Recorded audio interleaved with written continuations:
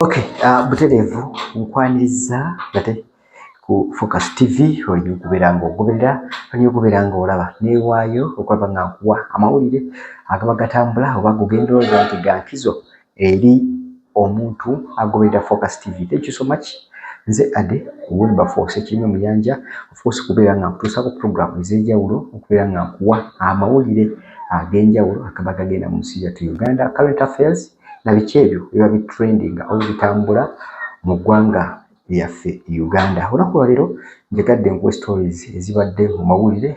Dr. Kano Kizza Besigye waliwo ebipya ebizuuse, Sarah Birete ne kooti bakomye ku ki byonna mbirina. Ngenda kuwa ku mawulire ebyama oba abantu ababba akalulu ka Robert Kyagulanyi Ssentamu.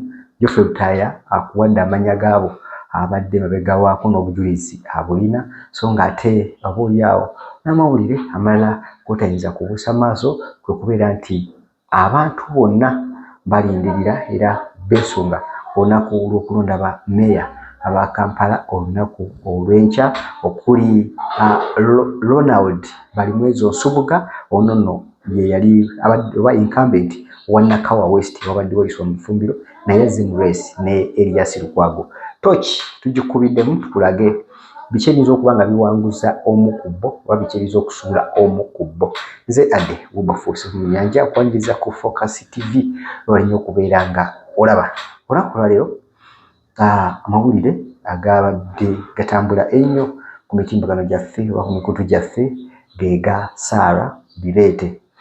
Sarah Birete ono y'omukyala omu ku balwanirizi b'eddembe era nga alina NGO ekitongole ekyo ekirwanirira human rights nawaako ku musango nga bakamukwata. Yakwatibwa ku bigambibwa mbu Sarah Birete ono yavangayo ng'avumirira oba ng'avumaganya gavumenti y'omukulu General President Yoweri Kaguta Museveni olw'okubeera nga erinnyiridde eddembe ly'abantu n'okusoosowaza famire eyiye okwawukanako n'abantu abalala. So emisango gino gyamugulwako oluvannyuma lw'okugamba nti akozesa bubi oba avumaganya state oba gavumenti eri mu buyinza, era omusango gwali gwakuwulirwa leero ennaku z'omwezi 21 naye ebibadde mu kkooti tebiwooma yadde n'akamu n'akatono oluvannyuma lw'okumumma beyiro. Jjukira mu mateeka g'ensi yattu Uganda omuntu akkirizibwa okuweebwa beyiro ku musango gwonna ogumuvunaanibwa okuleka criminal case, nkiddamu okuleka emisango egy'obutujju oba egy'ennaggomolwa naddala nga bazudde nga bafunye obukakafu obukulumika, naye emisango gino emirala okkirizibwa okuweebwa beyiro ku bbanga eggere. So omukulu oyo mukyala Sarah Birete ammiddwa beyiro era bamujulizza ennaku z'omwezi 28 omwezi ogwa January 2026. Kitegeeza nti bwe tuva mu wiiki eno naye wiiki ejja bagenda kumukomyawo mu kkooti tuba afuna obwenkanya okufuna beyiro awoze ng'ava bweru kwegyo emisango gye tulowooza nti nno gimuvunaanyizibwa oba gimuvunaanibwa. So ye Sarah Birete amawulire agaliwo ne wayiswa mu Fumbiro ne ttiimu ye twali tubasuubira okuba nga bajja mu kkooti naye ndowooza kiyinza okuba nga tekinnaba kiseera kyabwe kutuuka naye baatusuubiza okubeera nga bajja mu kkooti after elections. So katusabe nabo bafune oboolyawo obwenkanya. Mu mawulire amalala ge saagala kubuusa maaso ge ga Dr. Kano Kizza Besigye.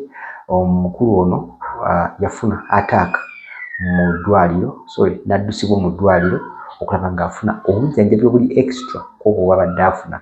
Tujjukire nti Dr. Kizza Besigye awezezza omwaka mulamba kati ng'ali mu kkomera ng'asibwa ku bigambibwa nti alya mu nsi ye olukwe era yasibwa n'omukulu Abedi Mutale, bonna bali mu nkomyo. Omwaka mulamba bamibwa beyiro.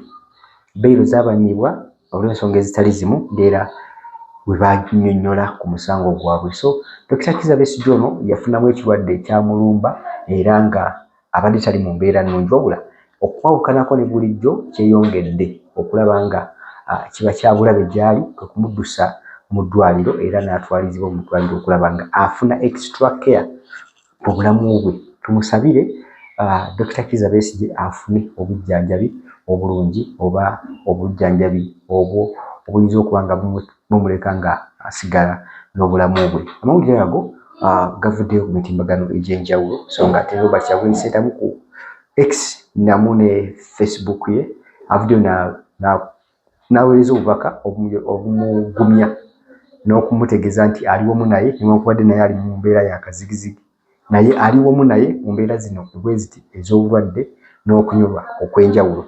So Robert Kyagulanyi Ssentamu era takomye okwo n'ajjukiza nti wadde nga ensi tennaba kuwa bwenkanya gy'ali naye mweteefuteefu okutuusa ku ssaawa esembayo okulaba nga afuna obwenkanyi obuli mu ebyo byavuddeyo ng'ategeeza bannayuganda naddala ebyava mu kalulu ka 2026 byatakkiriziganya nabyo.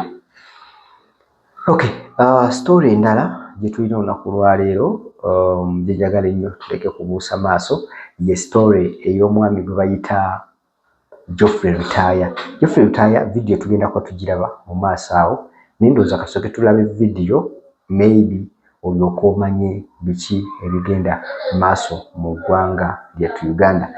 Y'omu ku abo abajja ne gwe bayita omuyaga.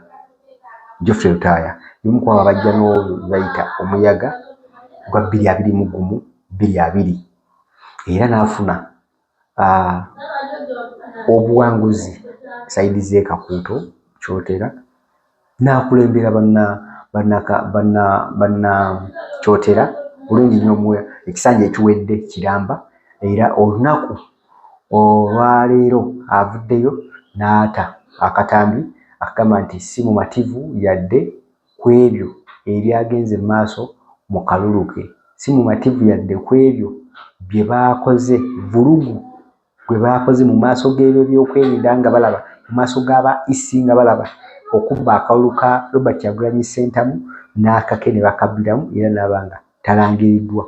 Era nno agamba mulimu n'abanene nga baminisita abagenda mu maaso n'okubeera nga badibaga ebyokulonda, agenda mu maaso okubeera nga bakola emivuyo emiyitirivu mu byokulonda. Kino kyennyamiza naddala abantu bateekateeka ebyokulonda nga muvuddeyo mutegeeza bannayuganda nti bagenda funa obwenkanya ate ne butafunibwa. So story eyo tugirina katugirabe. Kisinga okutuluma ly'effujjo nti obuwanguzi bwe bayagadde babufunye mu mbeera gye babufuniddemu naye basusize effujjo lyatandika nga tuli ku kakiiko k'ebyokulonda wennyini bali mu kugatta bali mu kulangira abantu bawunsana bwakasolo mu maaso g'abasirikale abalina emiyondo abasirikale abalina ennyota n'akuba chairman Sally Judy yali akutte DRFOM za president waffe Kyagulanyi Ssentamu ez'Akakuuto zonna nga kuliko n'ezange ez'ebifo ebimu n'amukubira mu bantu okumuggyako DRFOM ng'abasirikale we bali batunula ab'amagye abapoliisi abanene bonna nga balaba bawunsa wakasolo akuba omuntu okumutta yasukumoyo chairman waffe wa district gwe tuzaako Kirumira singa teyafuna kugwa ku luggi singa kati twavayo dde Magombe bawunsa wakasolo yamusukuma nnyo ng'ajja okubba okusikako omuntu DRFOM mu bantu ebyo yapeninga mu bantu kati ate tebakomye ku ekyo bajja buli kyalo kati wano emiteeri basuze bakuba amasasi banoonya chairman nti yali ampagira banoonyani buli muntu yenna bamutadde ku bunkenke nti bagenda mukwata tebannafiiringa buwanguzi kubanga tebawangula mbutuufu kati balowooza nti oba abantu bagenda bo bajjako kyova olaba nti naffe tudduka mu nju ne tutuukako okubeera mbitoke nga bakuba amasasi wabweru naye notuna embeera president waffe gyami Kyagulanyi negamba nti abantu okutuuka okuleeta ennyonyi balinganga nti akalulu lutalo ennyonyi zandibadde ziri mu lutalo bazireese ku nju ya muntu so n'olwekyo twabeewuunya naye ffe wadde DRFOM bazitwala president waffe yaperforminga waggulu nnyo era results tuzirina mwatwala mpapula ne buli kimu tukikola tukirina. Bannayuganda mbagumya nti teri kitaggwa bagamba kimu teri kitakola ki teri kitagwa. Amawulire amalala genjagala tutunulemu ye Balimwezi Osubuga wamu ne Erias Lukwago. Abantu bano amaanyi gaabwe gali luddawa? Tuba tulaba tukuba mu toki ku maanyi gaabwe we gali, era tulabe butya butuyinza okulaba nga tulaba akalulu kaabwe kuba kakulondebwa nkya bammeeya ba cities municipals bakulondebwa nkya ne ba road councillors abakiikirira ku ma district. Naye mu byonna bitunuulidde nnyo ke kalulu ka road mayor. One, soka ddala akalulu kano kali ku sayidi zombi, naye newankubadde bangi abali mu race, bano ababiri bankizo nnyo mu kalulu kano okugeza ddala Balimwezi Osubuga Kampala agabanyizibwa mu kisanja kino oba mu kalulu kano akakalondebwa, newankubadde ng'ebivuyo mingi egyolekeddwamu, ng'era abali mu pate ya Nuupu bagamba nti ffe twandibadde tuwangula Kampala yenna, naye emivuyo mingi egyolekeddwamu. Ekyokubiri ekiwa road mayor enkizo. One, Kampala ono ku gye bumuvudde weewe abadde nga atwalibwa pate eziri mu opposition, naye Erias Lukwago for the last years zabaddewo abadde ajja ng'awangula, so ng'ate era nga kuliko abanuupu ababa bamuteereddwako, okugeza bamuteekako omukyala gwe bayita Nabbira Naggayi. Saawa zino naye kwali independent, naye ku mulundi guli yalina kaadi eya Nuupu n'alemwa okumusiguukululawo, omulodi n'asigalawo. Ekirala ekiyinza okubeera nga omulodi kimuwa maybe kiyinza okuba nga kimuliirayo, ekisookera ddala ku banne babadde nabo mu byobufuzi ebbanga eddene baagyiddwawo, baayogoomiziddwa ne bava mu lwokaano, okugeza Ssemujju Nganda, the likes of Ssemujju Nganda, the likes of Muwanga Kivumbi, likes of Aisha Kabanda, likes of Nsereko ne Katisazi nabivuddemu, Mpuuga, abo kagurupu kalwa kirinki yaabwe erabika nga yonna yavudde mu lwokaano. So kabonero kankukunalira kakwegendereza nnyo ku Erias Lukwago mu kisanja kino ekiddako. Thirdly, oba ensonga endala byebyo ebize bimugwako ku ssaawa zino ng'akalulu kagenda kusemberera. Tujjukire nti nno waliwo era z'okola ng'obadde okola bulungi performinga bulungi, ne n'okola ensobi ku ssaawa esembayo esobola ate okuzaalira ekizibu oba ekibi.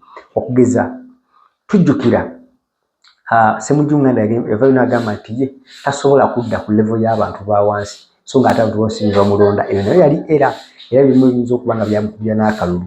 Kati mu buufu buno tulaba Erias Lukwago yali ne Alan Ssewanyana ku nnaku z'omwezi emabegako mu November nga banoonya akalulu. Alan Ssewanyana n'akola era ng'ali ne Erias Lukwago mu Kampala wano. Bannayuganda tebeerabira era Bannayuganda bajjukira. So tulowooza nti nakyo kisobola okufuuka ekyobulabe gy'ali naddala mu kaseera kano ak'okusalawo nga bagenda omuzza mu ntebe oba obutamuzzaayo. Thirdly, there is a sympathy vote esobola okulabikira ku ludda lwa Balimwezi Osubuga, okugeza Alan Ssewanyana wavaayo n'amulumba, yakozesa weaponi eyo ey'okumuvuma ate n'agezaako nnyo okuttaanya oba okulaga Bannayuganda kiki kyali, wadde ndi mulema naye ate KCC obukozi bwayo obutono oba obutakola yaleeta ekinnya kye nagwangu okulaba ng'afuna obuvune bw'okugulu. So eyo nayo weaponi nnene nnyo mu kunoonya akalulu ka Balimwezi Osubuga. Balimwezi Osubuga alina kaadi ya Nuupu, ekitegeeza nti wano mu Kampala ejjudde opposition, ejjudde abantu abatwala nti bo banyigirizibwa. Kitegeeza kiwa enkizo nnene nnyo eri oyo ali ku kaadi ya Nuupu mu kaseera kano. Newankubadde nga tisobola kubuusa fakita eno wammanga nti ababaka abaggiddwako kaadi oba abaggiddwako obuwanguzi bwabwe bavadde mu Nuupu wano mu Kampala. Kitegeeza nti emivuyo gisobola okukomawo egimu egyakolebwa gye bagamba egyakolebwa ne balangirira omuntu omulala ate afunye buwagizi, oba ne balangirira omuntu omulala ng'ate ebintu ebivudde mu kulonda birala. So nakyo kisoboka okugwa ku mukulu gwe bayita Balimwezi Osubuga. Ekisinga okuba nga kiwa amaanyi oba enkizo eri Balimwezi Osubuga nti ebbanga lyonna lyeza serving okuva ku bwa kansala okujja ku bwa meeya paka ku bwa MP yalinga ajja afuga ekisanja kimu ate abantu ne bongera omwesiga ne bamuwanika ku position eba waggulu kitegeeza kintu kinaffe kyankizo okubeera nga eri Ssaalongo Balimu Osubuga okulaba nga ajja agoberera eyo style gy'abadde ajja akulemberamu ebibiina by'abadde ava oba ebifo gy'abadde ava. So tukirize tugaane mu kisanja webadde banoonya akalulu tactic emu ku ebyo byakozesezza Balimu Osubuga y'ey'oku applyinga ebimotoka ebyola kasasiro mu kaseera nga Erias Lukwago ali mugamba nti budget gibaabawa oba ebimotoka bibabawa tebinafuna nawe bisuula kasasiro laba ate ye bwaleeta emmotoka ebyenjawulo okuyambako bannakampala ku bwereere okusomba kasasiro nga kitegeeza oli abadde mu buyinza alemeddwa ekikola mu kaseera kano. Kati ebyo byonna njagadde kusiigira kifaananyi ku bana ababiri mu leesi ejja enkya naye nga kyonna ekinavaayo tulinde Focus TV ejja kuba ekikuwa naye nga njagadde kweyinga oba okugezaako okutunuulira ababiri bano bazitowa kyenkana ababiri bano kyekiyinza okuva mu kalulu kaabwe enkya nga bamaze okukalonda. Fona muzikirize tukumi wano mbadde Ade Wilberforce Kimuyanja Focus TV kubadde nkujjukiza baganda baffe aba Focus Farms and Chicken Supply bagezaako okuyigiriza oba bakuyigiriza okulunda enkoko y'ennyama okuva ku buto mpaka gye busemba nga zikuze bulungi n'olaba nga naawe ofunamu era nga oganyirwa mu kulunda enkoko. So nga ate baganda baffe aba Focus Farms and Chicken Supply beekyekwata okuyigiriza ku bwereere beeyune bakuyambeko. Wamu baganda baffe aba Focus Event Services bo bakafulu kuteekateeka mikolo bawo omukolo gwo bakwe services zikola omukolo mubeere nga guvaayo bulungi nga bwulina okubeera. Okusookera ddala bajja kutimbira bajja kukuba ebifaananyi bajja kukwatira vidiyo bajja kukuwa cake bajja kukuwa entertainment olabe nga naawe oganyirwa mu mulimu ogwo. For now, bye bye.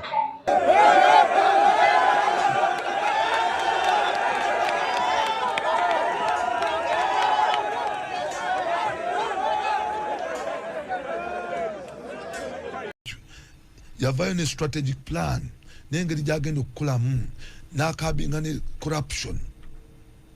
Wano ki ekitulemye? Number one, ekisookedde ddala okutulema a lack of teamwork, leadership. Obukulembeze tebakolera wamu. Muli mu ntalo. Then ne bannakampala nabo ne baba nga tebaleeteddwa ku board. Ontegera bulungi. Olina okutegeeza abakampala kino ekibuga kyammwe. Olina okukola consultative meetings okwebuuza ku bantu mwandyagadde ekibuga kifaanana kitya. Sirabangayo meeting bwetu okujjako nsinzika nze nagikolako ennakawa. Nayita all key stakeholders, speaker of parliament mu kiseera ekyo yali Rebecca Kadaga yeyajja mu Ruma nekwatagana ne bannamakola ne bampa space ne tukola meeting yali nnene nnyo mulimu ba bodaboda mulimu all key stakeholders tubabuuza mwagala nakawa efaanana etya. Era ne batuwa ekifaananyi kyaki kya nakawa niwanda nakawa yemu kuki ku bifo ebibadde bikulaakulana ennyo. Yes. Ontegera bulungi. So kikulu nnyo ekya entambula mbadde ndi ku ntambula. Twetaaga okulaba nti buno obukubo bwonna tubukola tuwonye enfuufu. Eyo ne pulaani yange. Okay. Mbuuza ssente ogenda zijjawa. Ssente weeziri. Oddawa. Ssente mweziri. Buli nnyumba yonna ene ennyumba esasula omusolo gwe bayita property rates. Buli nnyumba eri mu kibuga. Buli nnyumba eri mu kibuga epangisibwa esulwamu omuntu yennyini tesasula. Naye ennyumba nga tengeene ekola business esasula kye bayita property rates. Twawule ground rate ne property rates. Tulina etteeka baliyita local government rating act. Etteeka eryo lyali ekitaffe ekyo nga kinagenda mu ssente ezo ezivudde mu kitundu ssente mwe zikuŋŋaanyiziddwa ziddeyo zikole ku bintu ng'enguudo zikole ku bintu ng'emyala zikole ku bintu nga kasasiro. Era mu bukulembeze bwange enguudo tugenda zikozesa ssente ezo ez'omu butundu obwo eziyingira zino enguudo ennene kubanga obuguudo buno otabukola bwe buvaako ate ettaka nezina neyingira enguudo zino ennene ne buleeta silt. Buli lunaku ne tubanga tuteeka ssente mu kudisiltinga mu kujja silt okujja ettaka myala ate mwana wattu kesisi wejja ettaka myala ate eriza mabega wabbali wa kkubo tonabbirabako ettaka erigimwa mu myala ate ne bateeka mu kkubo kati nereeta accident ate ne lyonoona enguudo kati njagala okulaba nti silt eyo mugoba ngenda mugoba nti nga nkola buno bwonna obukuba obutono ngoba kibayita ettaka tugenda kukola enguudo tukole ne reserves walkways tusimbe omuddo ku mabbali g'amakubo tupevinge maaso g'amaduuka tugoberedde kibayita enfuufu